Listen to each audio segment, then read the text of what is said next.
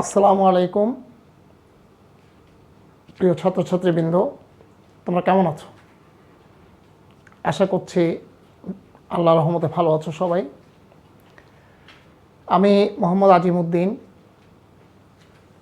সহকারী অধ্যাপক, প্রাণীবিজ্ঞান বিভাগ, কর্ণফুলী সরকারি কলেজ, কাপ্তাই, রাঙামাটি পার্বত্য জেলা থেকে তোমাদের জীববিজ্ঞান অনলাইন ক্লাসে শুভেচ্ছা জানাচ্ছি।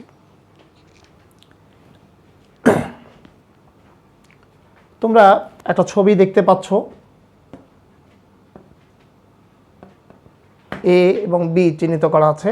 প্রথমে তোমরা বুঝতে হবে এটা কি এবং বিটা কি, এ থেকে বি এর উৎপত্তি। তাহলে তোমরা ইতিমধ্যে চিন্তা করে নাও, দেখে নাও। তো আমাদের আজকের এই ক্লাসটি একাদশ এবং দ্বাদশ শ্রেণীর জন্য, জীববিজ্ঞান প্রথম পত্রের দশম অধ্যায়ের দ্বিতীয় পর্ব এটা, অর্থাৎ দ্বিতীয় ক্লাস। তাহলে এখানে আমরা এটা দ্বিতীয় বলতে পারি, দশম অধ্যায়ের আজকে আলোচ্য বিষয় স্ত্রী গ্যামেট সৃষ্টি প্রক্রিয়া। এতক্ষণে বুঝতে পেরেছ যে এটি হচ্ছে আসলে স্ত্রী গ্যামেট, এটি হচ্ছে স্ত্রী রেণুমাতৃকোষ, অর্থাৎ স্ত্রী রেণুমাতৃকোষ তথা এ থেকে বি হচ্ছে ডিম্বাণু বা স্ত্রী গ্যামেট, কীভাবে সৃষ্টি হয়, এটি হচ্ছে আজকের আলোচ্য বিষয়। তো এখানে এই প্রশ্নটি, এখান থেকে আমরা যে আজকের ক্লাস থেকে তোমরা ফল যেটা পাবে, যে এখানে গর্ভযন্ত্র কাকে বলে, প্রতিপাদক কোষ কী, গৌণ নিউক্লিয়াস, স্ত্রী গ্যামেট, সবশেষে বড় প্রশ্ন হিসাবে পাবে স্ত্রী গ্যামেট সৃষ্টি প্রক্রিয়া। তাই আমরা আলোচনায় ফিরে আসি। আমরা এই প্রশ্নটি একেবারেই চিত্র নির্ভর, সেই জন্য আমরা চিত্র একেই বোঝাতে হবে। তা আমরা প্রথমেই যে স্ত্রী রেণুকোষটা দেখতে পাচ্ছ, যে ডিম্বকের যে নিউক্লিয়াস বা ভ্রূণ পোষক টিস্যু, সেই ভ্রূণ পোষক টিস্যুর ভেতরেই কিছু কোষের মধ্যে ব্যাপক পরিবর্তন ঘটে এবং সেখানেই এক পর্যায়ে তৈরি হয় স্ত্রী রেণু মাতৃকোষ। এবং সেই স্ত্রী রেণু মাতৃকোষ হচ্ছে ডিপ্লয়েড। আমরা ধরে নিচ্ছি এটা একটা একাংশ গর্ভাশয়ের। এখানে এক পর্যায়ে তৈরি হচ্ছে স্ত্রী রেণু মাতৃকোষ।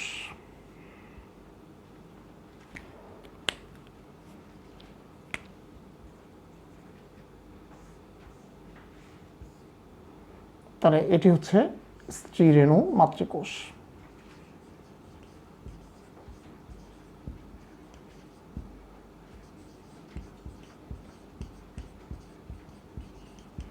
এখান থেকে এই স্ত্রী রেণু মাতৃকোষের মধ্যে এখানে মিওসিস ঘটে। আমরা জানি যে মিওসিস কোষ বিভাজন হচ্ছে এমন একটি প্রক্রিয়া যেখানে একটা কোষ পরপর দুবার বিভাজিত হয়ে 4টি অপত্য কোষে পরিণত হয় এবং প্রত্যেকটি অপত্য কোষগুলোর হচ্ছে ক্রোমোজোম সংখ্যা মাতৃকোষের ক্রোমোজোম সংখ্যার থেকে হ্রাস পায়। তো এই মিওসিস কোষ বিভাজনের বিশেষত্ব হচ্ছে যে 4টা অপত্য কোষ তৈরি হয় একটা ডিপ্লয়েড সেল থেকে, সেই 4টা অপত্য কোষই হচ্ছে হ্যাপ্লয়েড। তাহলে এখানে মিওসিস ঘটে, মিওসিসের ফলে এখানে তোমার 4টা হ্যাপ্লয়েড কোষে পরিণত হয়। তার মধ্যে 3টা কোষই অজ্ঞাত কারণে নষ্ট হয়ে যায়। কেন নষ্ট হয় সেটি অজ্ঞাত, অর্থাৎ আমরা জানি না। তাহলে এখন এই 3টা হচ্ছে বিলুপ্ত, 3টি হচ্ছে বিলুপ্ত প্রায়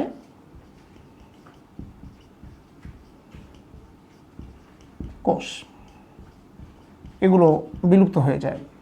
এরপরে আমাদের পরবর্তীতে যেটি আমরা দেখব যে একটি মাত্র কোষ এখানে সক্রিয় থাকে এবং এই সক্রিয় কোষটি হলো স্ত্রী রেণু। তাহলে স্ত্রী রেণু তৈরি হলো, এটি হচ্ছে হ্যাপ্লয়েড। এরাও হ্যাপ্লয়েড, এগুলো 3টা কোষে বিলুপ্ত হয়ে যায় এবং এখানে স্ত্রী রেণু মাতৃকোষ, এটি হচ্ছে ডিপ্লয়েড। তাহলে মিওসিস কোষ বিভাজনের মাধ্যমে 4টি কোষ তৈরি হলো, হ্যাপ্লয়েড কোষ তৈরি হলো। 4টার মধ্যে 3টাই অজ্ঞাত কারণে নষ্ট হয়ে যায়, একটি সক্রিয় থাকে এবং যেটি সক্রিয় থাকে আমরা যদি চিহ্নিত করি, এটি হচ্ছে 1 নাম্বার চিত্র, এটি হচ্ছে 2 নাম্বার চিত্র। তাহলে এখানে আমরা স্ত্রী রেণু তৈরি হচ্ছে। এখন আমরা এদিকে আসব যে স্ত্রী রেণু হচ্ছে তোমার হ্যাপ্লয়েড এবং এই স্ত্রী রেণু পরপর দুবার মাইটোসিস, 3বার মাইটোসিস কোষ বিভাজনে অংশগ্রহণ করে। প্রথমবার যখন মাইটোসিস কোষ বিভাজনে অংশগ্রহণ করে তখন স্ত্রী রেণু 2টা নিউক্লিয়াসে বিভক্ত হয় এবং 2 প্রান্তে সরে যায়। 2টা নিউক্লিয়াসে পরিণত, এগুলো সাইটোপ্লাজমিক পর্দা দ্বারা পরবর্তীতে কোষীয় আচরণ প্রদর্শন করে। এটি হচ্ছে 3 নাম্বার চিত্র। তারপর এটি এখানে আবার দ্বিতীয়বার মাইটোসিস ঘটে। তাহলে এখানে হচ্ছে মাইটোসিস,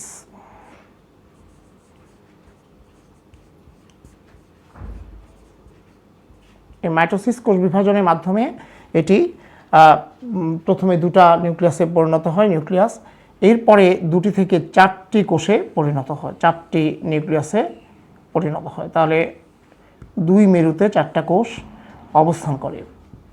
তারপর যেটি হয় যে আবারও মাইটোসিস ঘটে। আবার যখন মাইটোসিস ঘটে, এটা তৃতীয় মাইটোসিস। এই তৃতীয় মাইটোসিসের পর্যায়ের মাধ্যমে 2 মেরুতে 2টি করে 4টি কোষ আছে, এই ট্যাট্রাড অবস্থা, এটাকে বলে ট্যাট্রাড অবস্থা। তাহলে এই অবস্থায় যখন আবারও মাইটোসিস ঘটে তখন প্রতি মেরুতে 4টি করে কোষের আবির্ভাব ঘটে। প্রতি মেরুতে 4টি কোষ তৈরি হয়ে যায়।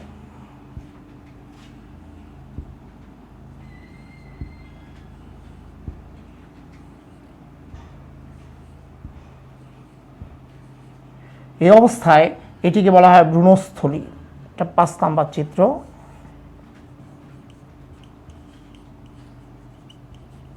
অর্থাৎ এটি পুরু প্রাচীর দ্বারা পরিবেষ্টিত হয়।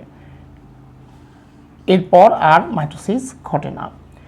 পরবর্তী পর্যায়ে ভ্রূণস্থলী 2 মেরু থেকে একটি করে কোষ কেন্দ্রে চলে আসে।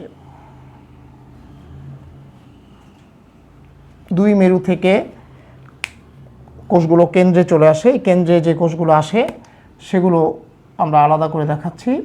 কেন্দ্রে 2টা কোষ চলে আসে, এদেরকে বলে মেরু নিউক্লিয়াস।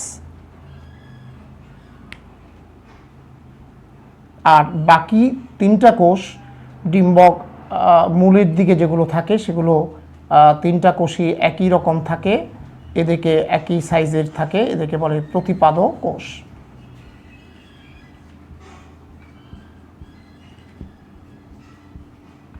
এদেরকে বলে প্রতিপাদ কোষ।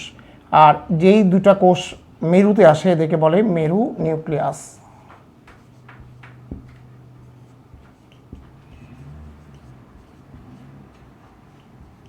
মেরু নিউক্লিয়াস।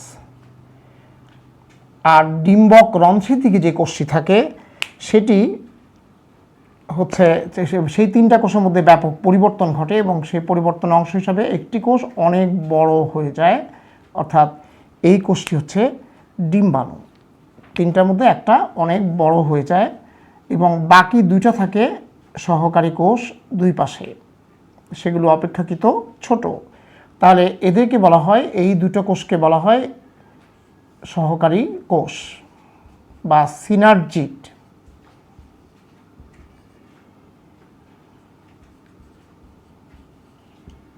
আর এটিকে বলা হয় ডিম্বাণু। তাহলে এভাবেই মূলত ডিম্বাণুটা সৃষ্টি হয়।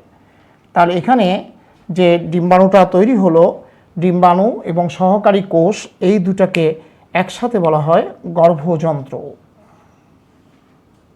এটিকে একসাথে বলা হয় গর্ভযন্ত্র। সেজন্য আমরা শিখন ফলে যেটা পেয়েছি সেগুলো একটা একটা করে এর মধ্যেই চলে আসবে। তাহলে আমরা এখন এখানে লিখব যে স্ত্রী গ্যামেট সৃষ্টি প্রক্রিয়ার বিভিন্ন ধাপ। স্ত্রী গ্যামেট সৃষ্টি প্রক্রিয়ার বিভিন্ন ধাপ বা পর্যায় লিখলেও হবে। এটি এখন জায়গার জন্য আমি বক্স করতে পারছি না, এবার বক্স করে দেবে, তাহলে আমি নিচে আন্ডারলাইন করে দিচ্ছি। আচ্ছা, তাহলে এখন আমরা সুন্দরভাবে তোমাদের সামনে ছবিটা আছে, ছবিটা দেখো এবং এখান থেকে শুরু আমরা নাম্বারিং করেছি, এটা 6 নাম্বার পর্যন্ত, এটা হচ্ছে মেইন 6 নাম্বার পর্যন্ত আমরা নাম্বারিং করেছি। এখানে মেরু নিউক্লিয়াসটা পরে আরেকটা চিত্রে দেখানো যায় যে মেরু নিউক্লিয়াসটা একীভূত হয়ে গেছে, তখন সেটিকে বলা হয় সেকেন্ডারি নিউক্লিয়াস। যেমন যখন দুটো একত্রিত হয়ে যাবে তখনই ওদেরকে সেকেন্ডারি নিউক্লিয়াস বলা যাবে। আর এমনি প্রথম যখন কেন্দ্রে চলে আসে তখন তাদেরকে বলা হয় মেরু নিউক্লিয়াস। আচ্ছা, তাহলে এখন আমরা প্রথম থেকে আসি যে প্রথমে হচ্ছে স্ত্রী গ্যামেট কি। স্ত্রী গ্যামেট হচ্ছে স্ত্রী জননতন্ত্রের স্ত্রী জনন একককেই স্ত্রী গ্যামেট বলে। এখন আসি যে আমাদের উদ্দীপকে তোমার এ ধরনের শুধু চিহ্ন দিয়ে এখানে এ দিয়ে দেওয়া হবে যে সৃষ্টি পর্যায়ে, এভাবে দিতে পারে, অথবা আমি প্রথমে যেভাবে তোমাদের দিয়েছি ঠিক সেভাবেও দিতে পারে, বিভিন্নভাবে দিতে পারে, কিন্তু তোমরা যখন বিষয়টি বুঝতে পারবে তখন যেভাবেই দেওয়া হোক না কেন সমস্যা হবে না। আচ্ছা, এখন আসো যে আমরা যেটি বা বলবো যে প্রথমে ডিম্বকের অভ্যন্তরে যে ভ্রূণ পোষক কলা থাকে বা ভ্রূণ পোষক টিস্যু থাকে সেখানে কোষগুলোর মধ্যে ব্যাপক পরিবর্তন ঘটে এবং পরিবর্তনের অংশ হিসাবে একটি কোষ রূপান্তরিত হয়ে অতিরিক্ত পরিমাণ পুষ্টি সংগ্রহ করে স্ফীতকায় গঠন লাভ করে। তখন এই স্ফীতকায় গঠন বিশেষ ধরনের পরিবর্তিত স্ফীত কোষটিকে বলা হয় স্ত্রীরেণু মাতৃকোষ। এটি হচ্ছে স্ত্রীরেণু মাতৃকোষ। এই স্ত্রীরেণু মাতৃকোষ হচ্ছে ডিপ্লয়েড। তোমরা জানো ডিপ্লয়েড মানে হচ্ছে যে কোষের মধ্যে 2 সেট ক্রোমোজোম থাকে, আর যার মধ্যে 1 সেট ক্রোমোজোম থাকে তাকে বলা হয় হ্যাপ্লয়েড। ডিপ্লয়েড কোষ যখন মিওসিসে অংশগ্রহণ করে তখন একটা ডিপ্লয়েড সেল থেকে 4টি হ্যাপ্লয়েড সেল বা কোষ তৈরি হয়। তাহলে এখানে আসো যে এখানে ডিপ্লয়েড স্ত্রীরেণু মাতৃকোষ তৈরি হলো, এটা রূপান্তর প্রক্রিয়ার মাধ্যমে। স্ত্রীরেণু মাতৃকোষ মিওসিস কোষ বিভাজনে অংশগ্রহণ করে।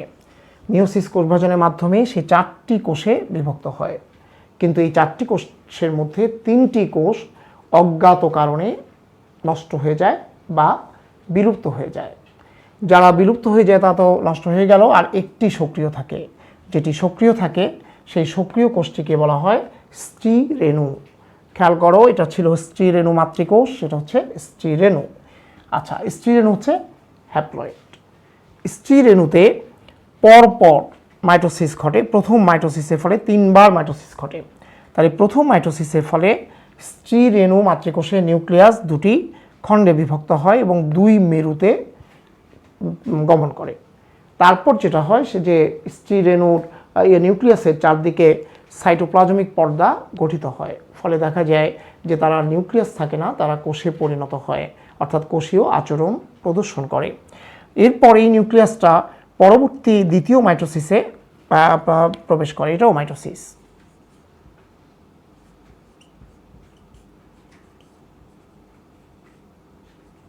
এখানেও মাইটোসিস।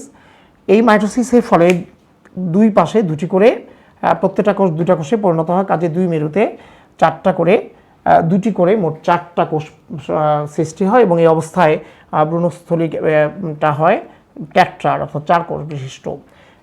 এরপর আবারও মাইটোসিস ঘটে, অর্থাৎ 3rd টাইম, তৃতীয়বার মাইটোসিসের ফলে প্রতি মেরুতে 4টি কোষের সৃষ্টি হয় এবং এই 4টি কোষের মধ্যে পরবর্তী পর্যায়ে যেটি ঘটে যে প্রতি মেরু থেকে একটি করে কোষ কেন্দ্রে চলে আসে এবং যখন কেন্দ্রে চলে আসে তখন তাদেরকে বলা হয় মেরু নিউক্লিয়াস। পরবর্তী পর্যায়ে আর 2 প্রান্তে 3টা করে কোষ থাকে। এটা হচ্ছে ডিম্বক মূল সংলগ্ন প্রান্ত, এটি হচ্ছে ডিম্বক রন্ধ্র সংলগ্ন প্রান্ত। ডিম্বক মূল সংলগ্ন প্রান্তে 3টা কোষ একই রকম থাকে, তখন এদেরকে বলা হয় প্রতিপাদক কোষ। প্রত্যেকটাকে বলা হয় প্রতিপাদক কোষ, আর 3টিকে একসাথে বলা হয় প্রতিপাদক কোষ সমষ্টি।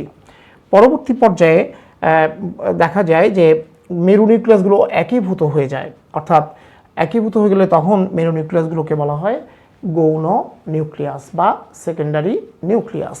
আচ্ছা, তাহলে এরপরে যেটা হয় সেটি হচ্ছে যে ডিম্বক রন্ধ্র সংলগ্ন প্রান্তে যে তিনটা কোষ থাকে সেই তিনটা কোষের মধ্যে ব্যাপক পরিবর্তন হয়। ডিম্বক মূল সংলগ্ন প্রান্তের কোষগুলো থাকে একই রকম, ব্যাপক পরিবর্তন হয় না, কিন্তু ডিম্বক রন্ধ্র সংলগ্ন প্রান্তে যে তিনটা কোষ সেই তিনটা কোষের মধ্যে অনেক পরিবর্তন হয়। ফলে একটি কোষ মাঝখানে থাকে এবং সেটি বেশ বড় হয়ে মানে বৃহদাকার কোষে পরিণত হয়, সেটিকে বলা হয় ডিম্বাণু। আর বাকি দুটো কোষ অপেক্ষাকৃত ছোট থাকে দুই পাশে, তাহলে সেই দুটো কোষকে বলা হয় সহকারী কোষ বা সিনার্জিড। তাহলে সিনার্জিড হচ্ছে বা সহকারী কোষ হলো ডিম্বাণুর দুই পাশে যেই কোষগুলো থাকে তাদেরকে বলা হয় সহকারী কোষ। আর আমরা শিখন ফলে দেখেছিলাম গর্ভযন্ত্র, তাহলে এখানে সহকারী কোষ এবং ডিম্বাণুকে একসাথে বলা হয় গর্ভযন্ত্র বা এগ অ্যাপারেটাস। এভাবে ডিম্বাণু সৃষ্টির সাথে সাথেই তোমার এই পর্যায়ের অর্থাৎ গ্যামেট সৃষ্টি পর্যায় বা ডিম্বাণু সৃষ্টি পর্যায় সমাপ্ত হয়। এরপর তোমার যদি প্রশ্নে স্ত্রী গ্যামেটোফাইটের পূর্ণ বিকাশ থাকে তখনও এগুলোই লিখতে হবে, এবং তখন এখানে আলাদা করে এই 6 নম্বর চিত্রটা হবে যে স্ত্রী গ্যামেটোফাইট। এদিকে লেখার জায়গা নেই, এদিকে আমি আলাদা করে লিখছি যে এই সবগুলোকে একসাথে বলা হয় স্ত্রী গ্যামেটোফাইট, এটা পর্যন্ত গর্ভযন্ত্র পর্যন্ত। তাহলে এখানে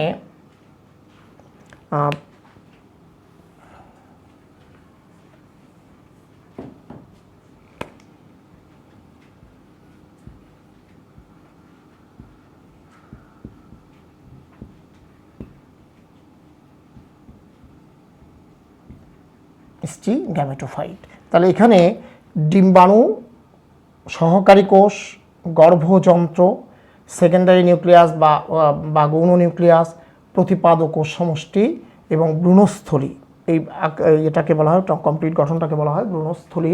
সমন্বিত সম্পূর্ণ গঠনটিকে বলা হয় স্ত্রী গ্যামেটোফাইট। তার মানে এটা পুরোটাই হচ্ছে স্ত্রী গ্যামেটোফাইট। আর এভাবেই স্ত্রী গ্যামেটোফাইটের বিকাশ সম্পন্ন হয়। তাহলে আমি আবার বলছি যে প্রথমেই ডিম্বকের অভ্যন্তরের ভ্রূণ পোষক টিস্যু বা নিউসেলাসের কিছু কোষ রূপান্তরিত হয়ে কিছু কোষের মধ্যে রূপান্তর ঘটে এবং একটি কোষ রূপান্তরিত হয়ে অপেক্ষাকৃত অনেক বেশি স্ফীতকায় গঠন লাভ করে এবং অন্য কোষগুলোর উপরে প্রাধান্য বিস্তার করে। তখন সেই প্রাধান্য বিস্তারকারী পরিবর্তিত স্ফীত কোষটাকে বলা হয় স্ত্রীরেণু মাতৃকোষ, যেটি ডিপ্লয়েড। স্ত্রীরেণু মাতৃকোষ মিওসিস কোষ বিভাজনের মাধ্যমে 4টি অসম কোষে বিভক্ত হয়, 3টি ছোট, একটি বড়। ছোট 3টি কোষ খুব অচিরেই বিলুপ্ত হয়ে যায়, আর বড় কোষটি সক্রিয় থাকে। বড় কোষটিকে বলা হয় স্ত্রীরেণু, যেটি হ্যাপ্লয়েড। এই স্ত্রীরেণুর মধ্যে পরপর 3বার মাইটোসিস ঘটে। প্রথম মাইটোসিসের ফলে স্ত্রীরেণুর নিউক্লিয়াসটি 2টি খণ্ডে বিভক্ত হয় এবং 2 মেরুতে প্রবেশ করে। দ্বিতীয় মাইটোসিসের ফলে 2টি নিউক্লিয়াসের মধ্যে থেকে 4টি নিউক্লিয়াস সৃষ্টি হয় এবং 2 মেরুতে প্রতি মেরুতে 2টি করে নিউক্লিয়াস অবস্থান করে। তৃতীয় মাইটোসিসের ফলে 2টি থেকে 4টি অর্থাৎ প্রতি মেরুতে 4টি করে মোট 8টি নিউক্লিয়াসের সৃষ্টি হয় এবং এই নিউক্লিয়াসগুলো সাইটোপ্লাজমিক পর্দা দ্বারা পরিবেষ্টিত হয়ে কোষীয় আচরণ প্রদর্শন করে। পরবর্তী পর্যায়ে প্রতিটি মেরু থেকে একটি করে নিউক্লিয়াস কেন্দ্রে চলে আসে এবং যারা কেন্দ্রে চলে আসে তাদেরকে বলা হয় মেরু নিউক্লিয়াস। পরবর্তীতে যখন তারা একীভূত হয় তখন তাদেরকে বলা হয় সেকেন্ডারি নিউক্লিয়াস বা গৌণ নিউক্লিয়াস। এরপর ভ্রূণস্থলীর সম্পূর্ণ গঠন এই সময় পুরু প্রাচীর দ্বারা পরিবেষ্টিত থাকে এবং এটাকে বলা হয় ভ্রূণস্থলী। ভ্রূণস্থলীর ডিম্বক মূল সংলগ্ন প্রান্তে 3টি কোষ থাকে, ডিম্বক রন্ধ্র সংলগ্ন প্রান্তে 3টি কোষ থাকে, কারণ একটা একটি করে চলে আসছে এখান থেকে, তাহলে এখানে 3টা থাকবে, এখানেও 3টা থাকবে। এখন এই ডিম্বক মূল সংলগ্ন প্রান্তে যেই 3টা কোষ থাকে তারা একই আকৃতি লাভ করে, সম আকৃতির কোষে পরিণত হয়, তাদেরকে বলা হয় প্রতিপাদক কোষ। আর ডিম্বক রন্ধ্র সংলগ্ন প্রান্তে যে 3টি কোষ থাকে তাদের মধ্যে অসম পরিবর্তন হয় এবং সেই অসম পরিবর্তনের অংশ হিসাবে মাঝখানে যে কোষটি অবস্থান করে সেটি অনেক বেশি পুষ্টি অর্জন করে, বড় হয় এবং তার দুই পাশের 2টি কোষ থাকে অনেক ছোট, অপেক্ষাকৃত ছোট। অপেক্ষাকৃত এই ছোট কোষগুলোকে বলা হয় সহকারী কোষ বা সিনার্জিড। প্রশ্ন আসতে পারে সিনার্জিড কি? সিনার্জিড হচ্ছে ডিম্বাণুর দুই পাশে অপেক্ষাকৃত ছোট কোষগুলোকে বলা হয় সিনার্জিড। তাহলে সিনার্জিডকে আবার সহকারী কোষ বলা হয় বাংলাতে। তাহলে সিনার্জিড বা সহকারী কোষ এবং ডিম্বাণুকে একসাথে বলা হয় গর্ভযন্ত্র। আর এভাবেই ডিম্বাণু সৃষ্টি প্রক্রিয়ার সমাপ্তি ঘটে। পরবর্তীতে আমরা বলতে পারি যে ডিম্বাণু, সহকারী কোষ, গর্ভযন্ত্র, সেকেন্ডারি নিউক্লিয়াস এবং প্রতিপাদক কোষ সমষ্টি সহ সম্পূর্ণ ভ্রূণস্থলীকে বলা হয় স্ত্রী গ্যামেটোফাইট। আর এভাবেই স্ত্রী গ্যামেটোফাইটের পূর্ণ বিকাশ ঘটে। তাহলে আমরা মোটামুটি শিখন ফলে যা যা পেয়েছি সবই ব্যাখ্যা করলাম। আর প্রধান প্রশ্নটা ছিল স্ত্রী গ্যামেটোফাইট সৃষ্টির পর্যায়ে, আর গর্ভযন্ত্র ছিল। গর্ভযন্ত্র বলেছি যে ডিম্বাণু এবং সহকারী কোষকে একসাথে বলা হয় গর্ভযন্ত্র। ছিল গৌণ নিউক্লিয়াস। গৌণ নিউক্লিয়াস হচ্ছে দুই মেরু থেকে দুটা কোষ যখন কেন্দ্রে চলে আসে ভ্রূণস্থলী, তখন তাদেরকে প্রথমে মেরু নিউক্লিয়াস বলে, পরে তখন তারা যখন একীভূত হয় তখন তাদেরকে বলা হয় সেকেন্ডারি নিউক্লিয়াস বা গৌণ নিউক্লিয়াস। আর প্রতিপাদক কোষ হচ্ছে ভ্রূণস্থলীর ডিম্বক মূল সংলগ্ন প্রান্তের তিনটি কোষকে একসাথে বলা হয় প্রতিপাদক কোষ সমষ্টি, আলাদাভাবে বলা হয় প্রতিপাদক কোষ। তাহলে আজকের আমাদের আলোচ্য বিষয় এখানে শেষ হলো। আর এই চ্যাপ্টারে আমরা যে বাকি বিষয়গুলো আছে সেগুলো নিয়ে আমরা পরবর্তীতে হাজির হব নেক্সট ক্লাসে। এখন হোমওয়ার্ক দিচ্ছি তোমাদেরকে। হোমওয়ার্কটা হবে এই চিত্রটাই থাকবে।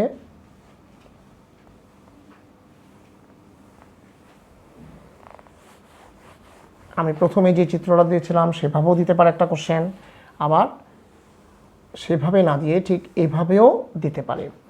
তাহলে আমরা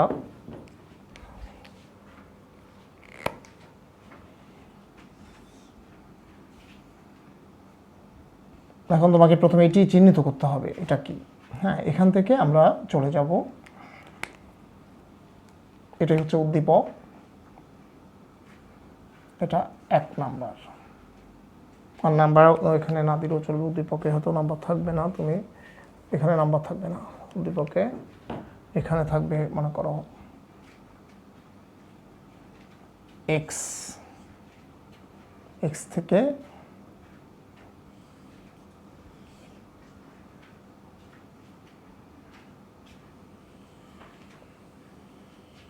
অধোমুখী অধোমুখী ডিম্বক। আমরা এখানে ডিম্বককে উল্টো করে দেখাচ্ছি। তাহলে এখানে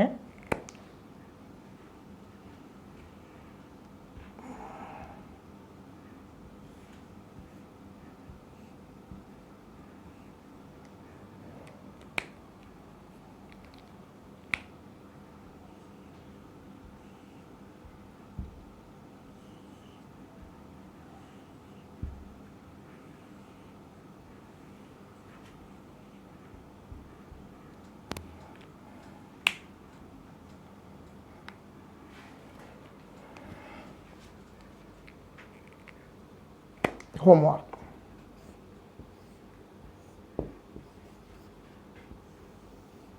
এটা হচ্ছে উদ্দীপক।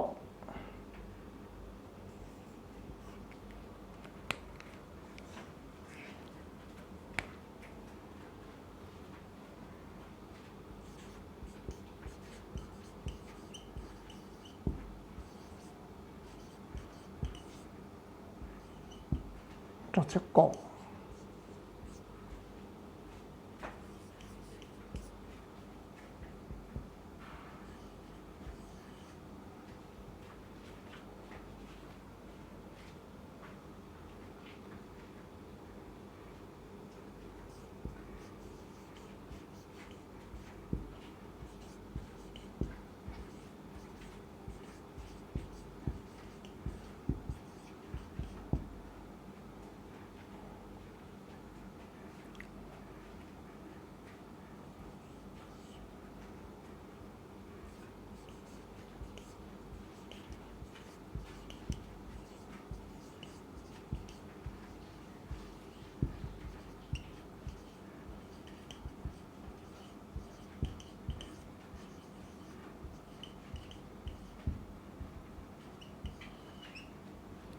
মেরু নিউক্লিয়াস এবং গৌণ নিউক্লিয়াস বলতে কি বুঝো?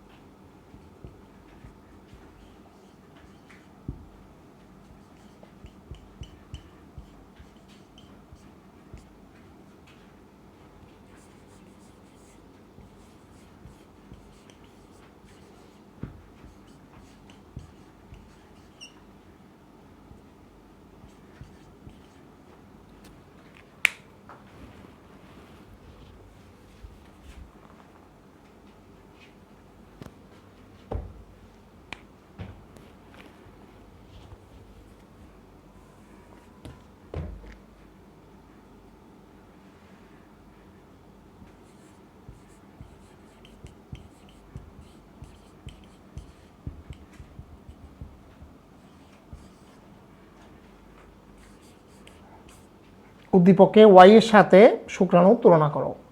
তাহলে তোমাকে আগে ওয়াই চিনতে হবে, তারপর শুক্রাণুর সাথে তুলনা করবে।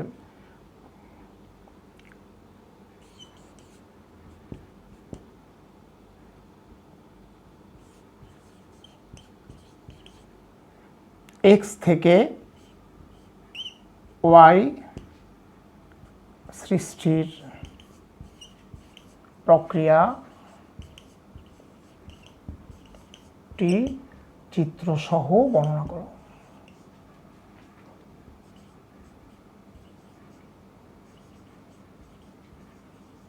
চিত্রসহ ব্যাখ্যা করো হচ্ছে উচ্চতর দক্ষতার প্রশ্ন।